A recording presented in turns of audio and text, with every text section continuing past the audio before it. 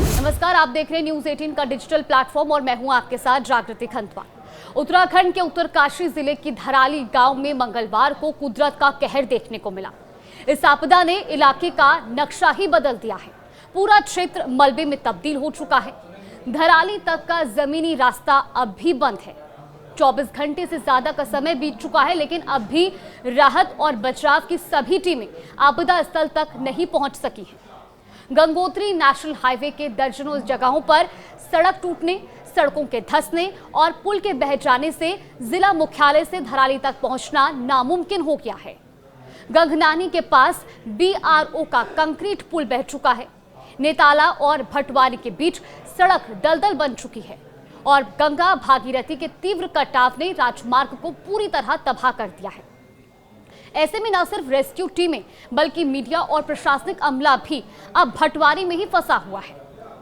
मंगलवार को धराली में आपदा आने के बाद जो मकान बच गए, उनकी दूसरी मंजिल तक मलबा पहुंच गया है और ऐसा ही एक वीडियो आप अपनी स्क्रीन पर भी देख सकते हैं, जिसमें रेस्क्यू करने आई टीम एक महिला से फटाफट अपना जरूरी सामान रखने के लिए कह रही है।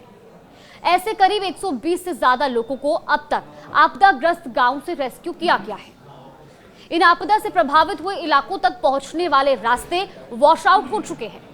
50 मीटर लंबा और बेहद मजबूत कंक्रीट का वैली ब्रिज, जो सालों से इस इलाके के हजारों लोगों की आवाजाही का एक जरिया था, वो अब नदी की प्रलयंकारी धारा में ऐसे समा गया जैसे कोई कागज की नाव बह गई हो।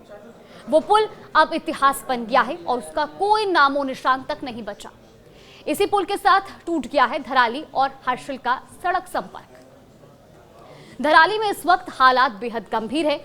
राहत कार्यों में जुटी ITBP और सेना की टीमों को भी हर्षिल कैंप में नुकसान उठाना पड़ा है।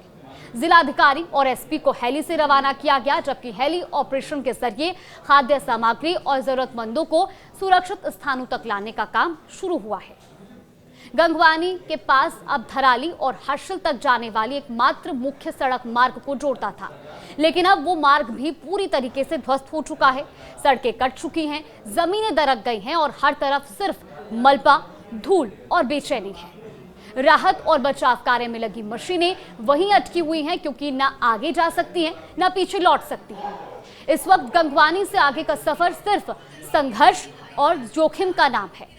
बेजार भीड़, जिनके अपने खो गए हैं। आशियानों की जगह अब सिर्फ मलबा नजर आ रहा है। स्थानीय लोग बड़ी संख्या में गंगवानी के पास जुटे हुए हैं।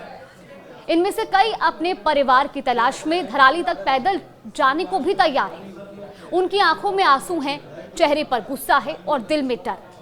वो कह रहे हैं कि अगर प्रशासन नहीं जा सकता तो हमें जाने दो। हमारे परिवार धराली में फंसे हैं और हम उन्हें ढूंढेंगे, लेकिन प्रशासन के पास कोई रास्ता नहीं है, क्योंकि ना जाने का कोई मार्ग है और ना ही बचाने का। मौसम ने कुछ वक्त का जब साथ दिया तो हेली ऑपरेशन शुरू किया गया। देहरादून से राहत सामग्री, मेडिकल सप्लाई, सैटेलाइट फोन, कंबल, पानी, सूखा राशन सब कुछ भेजा जा रहा है। लेकिन एक लंबी और कठिन लड़ाई है।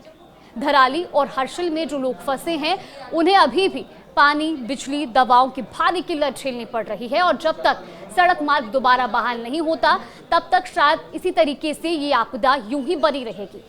प्रशासन की तरफ से जरूरत का सामान हवाई मार्गों से मुहैया जरूर कराया जा रहा है।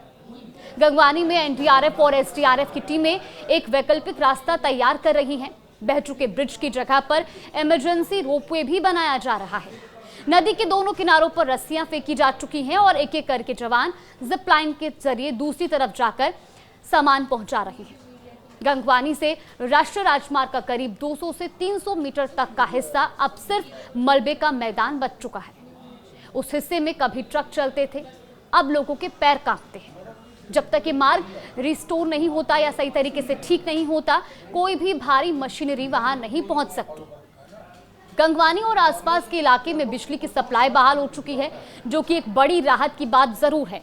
लेकिन जो लोग अपना घर-बार और परिवार इस आपदा में खो चुके हैं, उनकी उम्मीदें अब उस मलबे के नीचे दबकर रह गई हैं।